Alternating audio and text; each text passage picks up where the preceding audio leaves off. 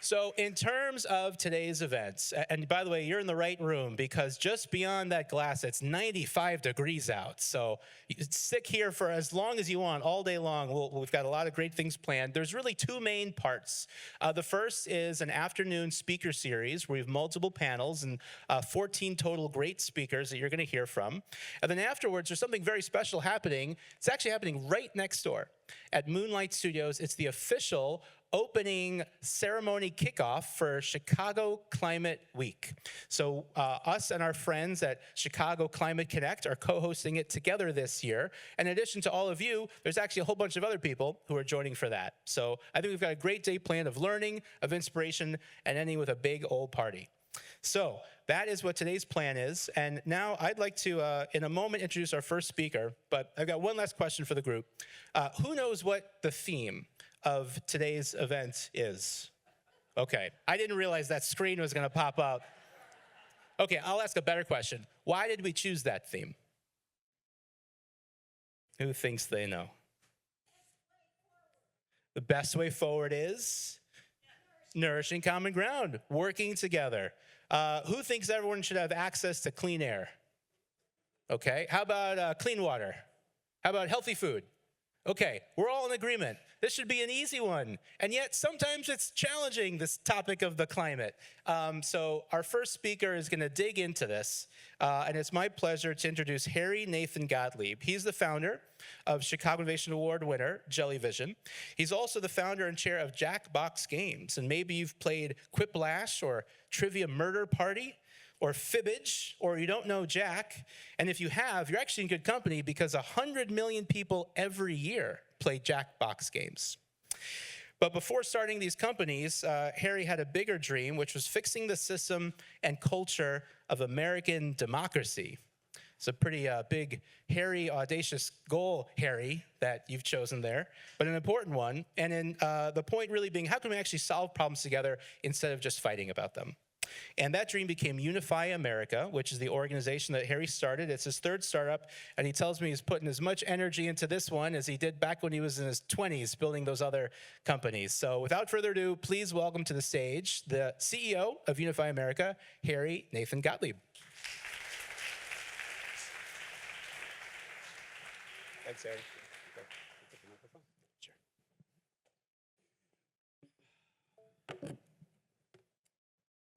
You know, I know the schedule is already set, but this idea, given all the creative brain power in this room, do you guys think you could put together a truly effective plan that could put a real dent in the climate crisis? If you do, let me hear from you. Do you think you can do it? A few people, you're not sure? Listen, I believe in you. At least for the people who raised their hands, I believe in you. So then if we could do that, then we just have to get the plan passed into law and implemented, right? And we should be able to do that. Oh, I'm sorry, there's 40 years of data on that is not promising. Yeah, that's the hard part, actually getting it into law. But listen, I don't want you to feel singled out. The climate crisis, I mean, you know, it is not the only problem where we have struggled to make truly transformative solutions for decades. Like, for example, you know, this could be the Education Innovation Summit or the Healthcare Innovation Summit, or poverty, or hunger, or homelessness, or the Byzantine tax system, or immigration, or prison reform, or crime, or student debt, or mental health. I mean, you guys are not alone. And I don't want you to blame it on yourselves, okay? It's not you. It's the way our system of democracy works. You know, the thing about being a maker of games is that you start to look at the world through the lens of games. And when you look through the lens, through the world at the lens of games, at how our democracy works and how it tries to solve problems, you notice that the game begins with one side seeing a problem and then asserting their solution. This is what we want to do about it. This is our solution. So that's comes in the form of politicians submitting a bill to Congress, a nonprofit advocates for its agenda, your pissed off neighbors are demanding that somebody in charge do the thing that they want to do. That is how the game begins. One side saying, this is what we want to do. And then, of course, you know what happens. Another side says, we don't want to do that thing. And then there's a battle. I'm for this thing. Oh, I'm against this thing. And then, the way it's supposed to work is the two sides come to a reasonable compromise that magically, somehow, serves the common good. That is our system for problem solving in this country. That is the game.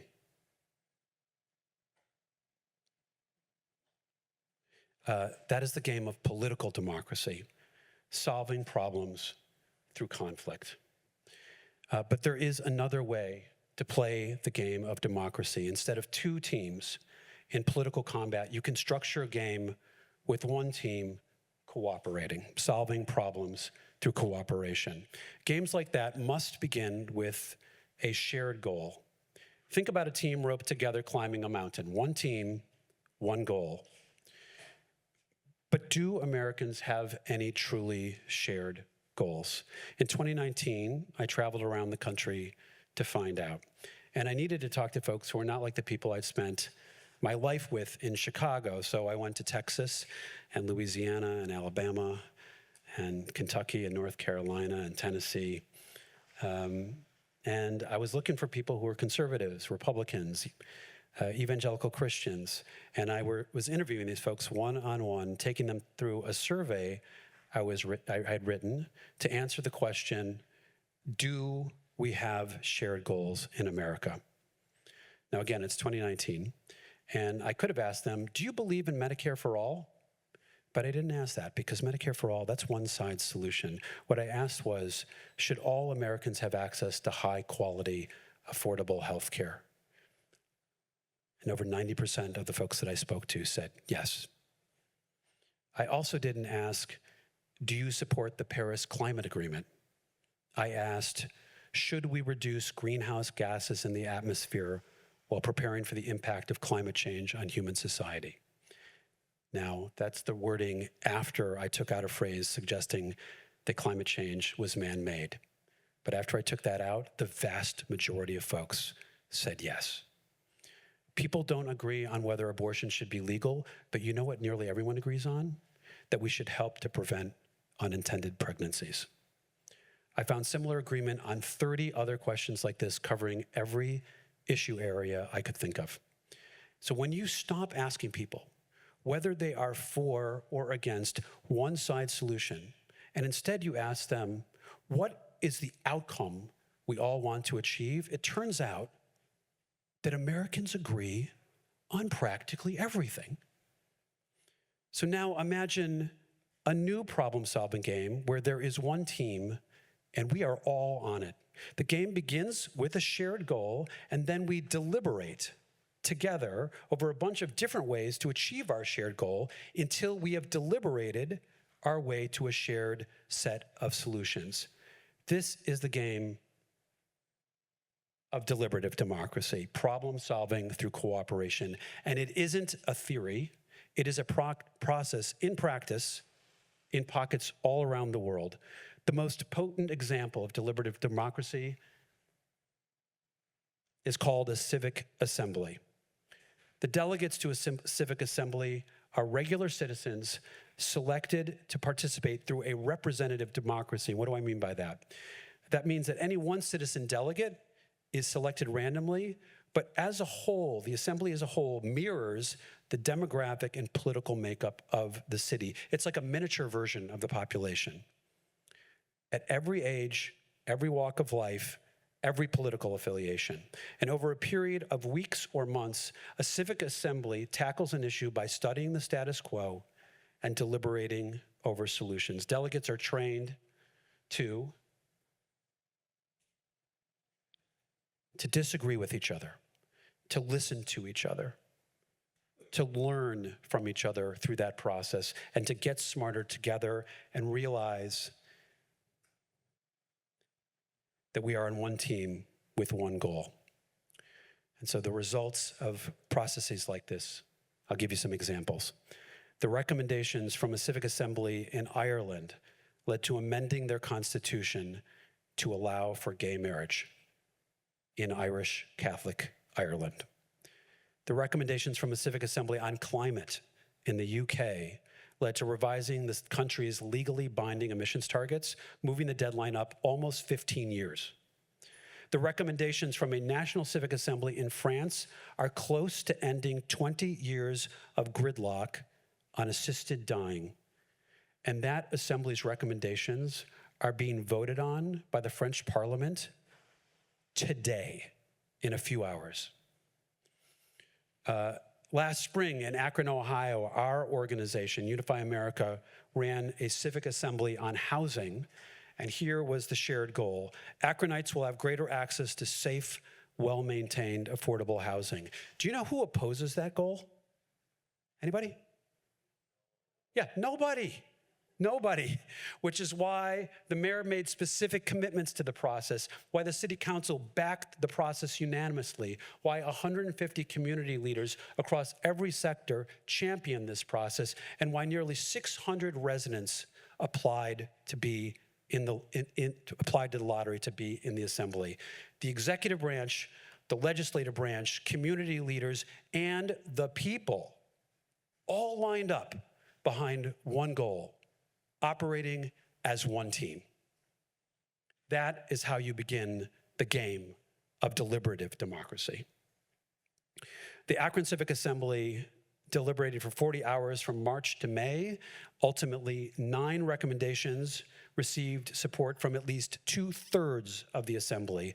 And then those 9 were bundled into a package to be recommended to the government. And this assembly, the most diverse group of people you will ever see in a room, endorsed that package by a margin of 93%.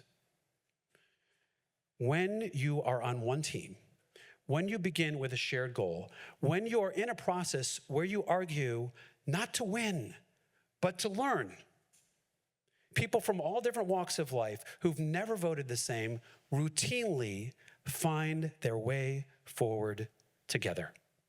The French Civic Assembly I mentioned, on a much more emotionally charged issue, assisted dying, assisted suicide, some call it, they endorsed their recommendations by a margin of 76%. So back in Akron, the government is right now evaluating the Assembly's 9 recommendations, and based on what I'm hearing, most, if not all, are going to be implemented, put into budgets and put into law. We are not stuck with the game of political democracy. There is a new game in town, and its name is deliberative democracy. We are living in an unprecedented moment in history. If we want government of the people to survive and thrive, then this is the path. We need to replace political democracy with deliberative democracy. And in this city, we have a miraculous opportunity to do that. Let me explain. Many cities in the United States have what is known as a charter. It's the city's constitution. It is a rule book that determines who has power and how decisions get made. All of the 15 largest cities in the country have a charter, except one, Chicago. The last time there was an attempt to create a charter for the city was by the Civic Federation of Chicago in 1905. Since then, every big city has written a charter for themselves except us. Well, the Civic Federation, 120 years later, is at it again under its leader, Joe Ferguson, in partnership with State Representative Cam Buckner. We've got a real shot this time. If this goes forward, I want to impress upon you the magnitude of this opportunity. We get to draft a charter from scratch. We get to create a better form of government. We get to create a better system that is structured to solve its problems, not through political conflict, but through well-informed, rational deliberation among residents and among our elected leaders. If you want to help make this dream a reality, I invite you to join us. Because when we build a deliberative democracy in Chicago, your amazing, innovative ideas will be met by a government that can evaluate them seriously and implement them boldly, because we will have made the hard decisions together. And this city, with its tawdry reputation of corruption and bare-knuckle politics, can become a beacon of light for a renewed democracy in America. Thank you for listening.